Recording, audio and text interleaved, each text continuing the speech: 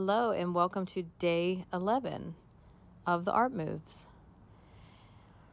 Find yourself in your comfortable standing position, get settled. Right hand on the navel first for women, left hand for men. Today's a great example of how little you need to do Qigong. You can be in your warm clothing out on a walk in 45 degrees and raining, and you can still practice. It's okay if maybe, it's a little bulkier and you can't get into things but as deeply. Don't worry about it. You're doing it. You might have already seen in your own practice the freedom it allows. So let's gather. Arms are sweeping by you and coming around, gathering chi. You might have already noticed some days when you think, oh gosh, I don't have the energy to do this, and you start doing it and you feel energized. I hope that has been the case for you. Okay, the Dalian 12 movements. We're going to add one today, so I want you to step out. Maybe you're just figuring out the step outs. That's okay. Arms drop, follow that other hand around, and shift weight back to the leg you standed from and get back to center. Give yourself time to start to learn this. This is like day 4, so just be patient. A lot of these forms take years to learn and to feel fluid with, and arms come down. So just give yourself that freedom to just learn piece by piece. The step out is very important. Shift weight into the inside leg, step out, straighten the legs a little bit more, arms sweep up and forward. Drop the arms, follow the other hand out and around. This is what I'm asking your neck to do. When you are in this position, I'll tell you what your neck does right now.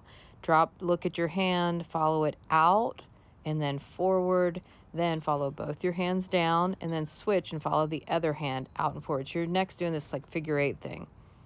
And shift back and arms down. That was number 1. Now we get to go into number 2. Okay, so this step out is different. We step out at a 45-degree angle. Don't get too stressed out about what your hands are doing. You can put your hands on the hips to just step out 45. Then if you want to add the arm, go for it. Palms together. Open, this one. Separate heaven and earth. Find the top hand and down you go.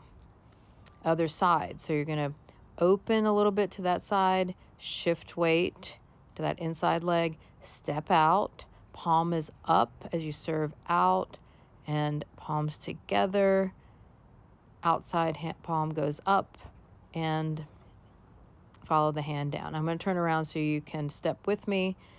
Maybe you're a very visual learner and you need to do exactly what I'm doing and step out. That's fine. Some people are audio learners and they can just hear me and follow what I'm saying. Look at the top hand and then follow it down. Other side. Step 45 degrees out. Palm is up. Shift weight back, palms together. Open the hands apart. Look up and follow it down. Great. Now we prepare for number 3. Legs start together. And step out, forearms together. Open up into a big X and arms sweep past, and then you turn the head and look over to one side. I like to look to the side that I stepped out, just so I remember what it is. Shift weight back and arms come down. Other side. Forearms together, step up into an X, arms sweep past the body, go behind you, turn the head, arms swing around the front, backs of the hands together, then palms push out, shift weight back to the inside standing leg. Now, I'm going to show you what your arms do. When they sweep past you, you're making what's called the chicken beak. All the fingers are together and your wrist is flexed. So also, if you talk a lot with your hands and you're Italian, you might do that too. Forget about it. So I'm going to turn around and have you do just like me. Step together, forearms together, open to the X, arms sweep past, make that chicken beak, turn your head. Push out and step back together. Your leg, it's hard to really explain what my legs are doing, but all of this is powered with your legs. X, bend the knees, sweep the arms back, arms through the middle and push out, step together and arms down. So very subtle bending the knees, straightening the legs, kind of goes up the body. Now, number 4, shooting the bow. We know this one, but there's a twist. Arms come out. It's like you're driving. Put your hands at 10 and 2. And now you're going to shift this different way. You're going to shift. My back leg is straight. Okay. And the front knee, it's not like our other kind of lunge. You're trying to keep that knee forward in line with the toes. Come back around to the front. Shift weight back to the standing leg and arms down. Go back to your waist. Step out. Arms go forward and drive. And then shift. Arms with straight arms. Then pull back on the bow.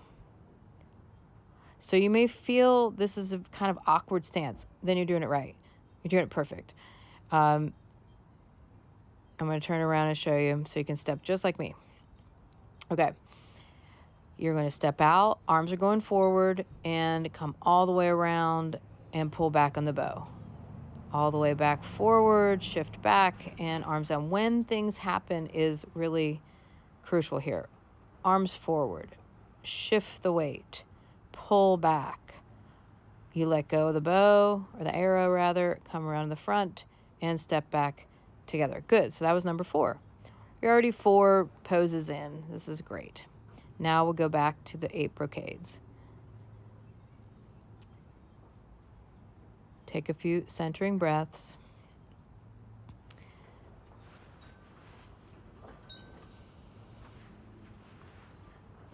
And arms down by our side. Step feet, hips width apart. Lifting earth to heaven. And looking up and exhaling. Arms down. See if you can get your legs more and more active without a very demonstrative movement of your legs. Like a tiny bend in your knees drops your body weight down and drops your arms down. And then with bent knees, then they're like coiled and ready to lift you up. Lift that energy up in the isometrics of your hands and arms. Lifting up. Look up and exhale, arms down. Okay, getting ready for the bow, shooting the bow. I forgot the 3 in between. Stuff happens. And pull back. So you're starting to, you know where things are supposed to be, okay? You know where what your legs are supposed to be doing. I want you to focus your eyes. You're staring at that hand. Follow it. Try not to get ahead of it. Don't be behind it. And switch. Now you stare at the other hand. Release the arrow.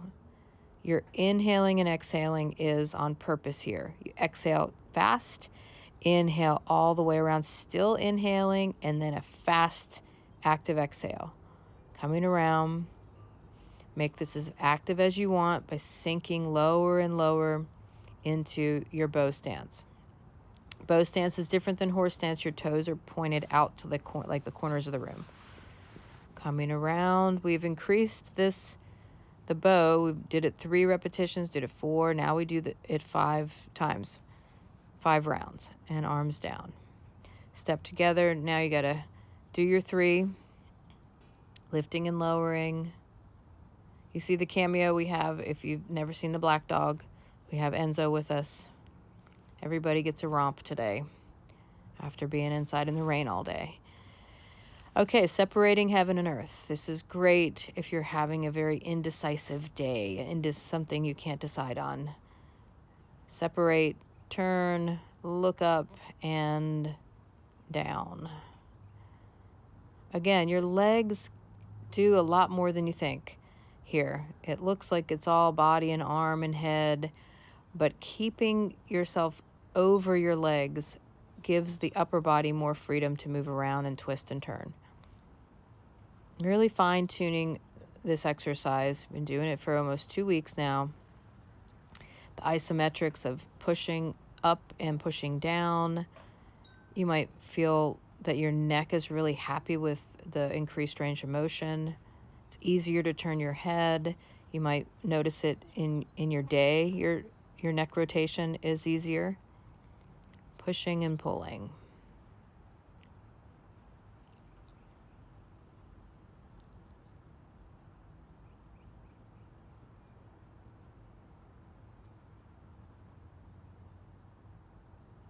All right, 3 times. Lift and lower.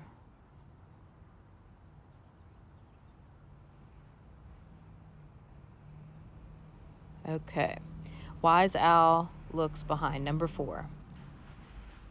And you're opening, shoulder blades really strong, and trying to turn and rotate your head all the way and look behind. Don't cheat with your shoulders. Just ask your neck to turn.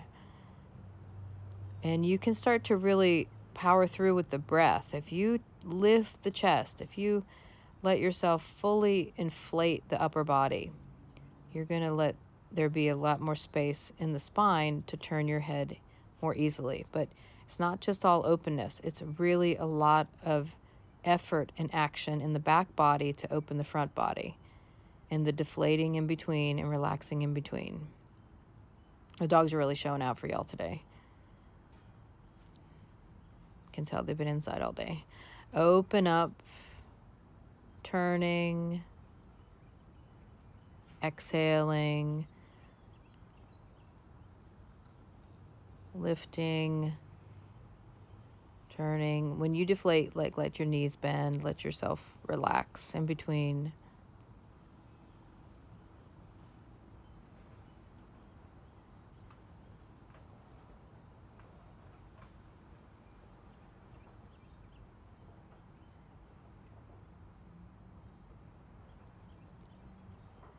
Exhaling in between, and now 3 times. Lift onto the toes, drop down. Lift onto the toes, drop down. Inhale, lift, and drop. Dragon swings its tail. Let's see how this gravel does. And let's see, check in with your lunge, check in how stretchy your pants are or not. And side to side. Hope your knees are getting used to these deep lunges and coming up. It's all about that back leg being straight, lifting the chest up, and going over the front knee. Your rhythm, you might have already noticed, maybe you do more of these than I do or less. It's okay. When you're first learning them, you really want to start to let the motions become memorized, so stay back in the arch a little bit. Use your hands if you need to. Start to explore a little bit and see how you can feel more balanced, how you can take a deeper breath.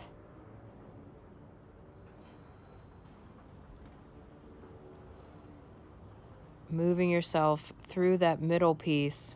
You can stay there a little longer, do a deeper squat.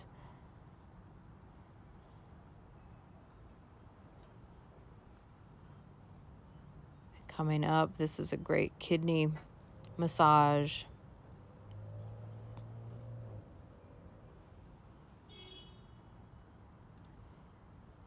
Through the squat and coming to standing. Okay, back to center and 3 times. Lifting and lowering. Up onto the toes and drop it down. Up onto the toes and drop down. Inhale and drop. Okay, getting ready for pulling heaven to earth. One thing I wanted to invite you to do is when you're walking in your life, see if you can let your arms swing a little bit more in that same pendulum kind of dropping or swinging, and letting there be full rotator cuff kind of stretch. Just arching your back and go down the backs of the legs. Arms go forward, stand, up and back, up and back, up and back. That's your inhale. and exhaling down the backs of the legs. Bend your knees as much as you need to here, and arms straighten forward and up and back. So visualize that straight line from your hips to your fingertips and down, all the way down, as far down as you can go, arms by the ears. Inhale up and back. Your knee bend is going to help strengthen your low back, because your back is going to do what it's supposed to do, and that's to keep your spine in alignment. It's not really, doesn't really want to lift your whole body weight up. You use your legs for that. Use the larger muscles of your legs. So a little bend in your knees is advised. Up and back. Wonderful arch for the back. And this is how you can start to feel more energized doing these, rather than expending energy and exhausting you. They are helping energy move around your body, the brocades, energy that's stuck and trapped in your tissues. Okay, 3 times, lift and lower, inhaling and exhale, inhale and exhale. Okay, here we go, the grand finale. Deep horse stance. You can make this as active as you want. Now you are punching. You can really make a very nasty face. Go ahead, and you're punching, and you are twisting. Rotating that wrist. That gets a full punch. And you're breathing. When you start speeding up, see what rhythm works for you. Remember, don't inhale actively, because you're going to hyperventilate. So if you're doing the fire breathing, let yourself find that rhythm of exhaling, exhaling, exhaling.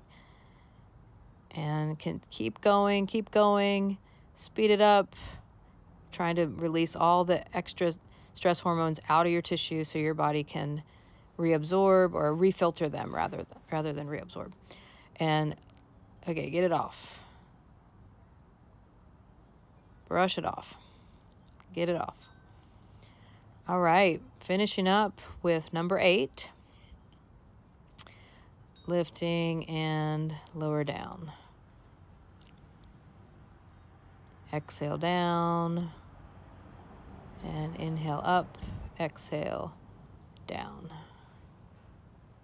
Okay, I'm peeking to see what time it is. Okay, all right. And closing. Gather again.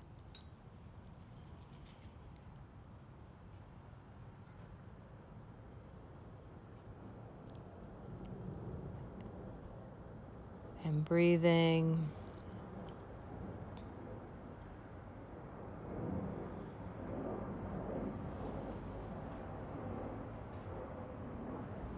I hope you move through your day with ease. Thank you very much.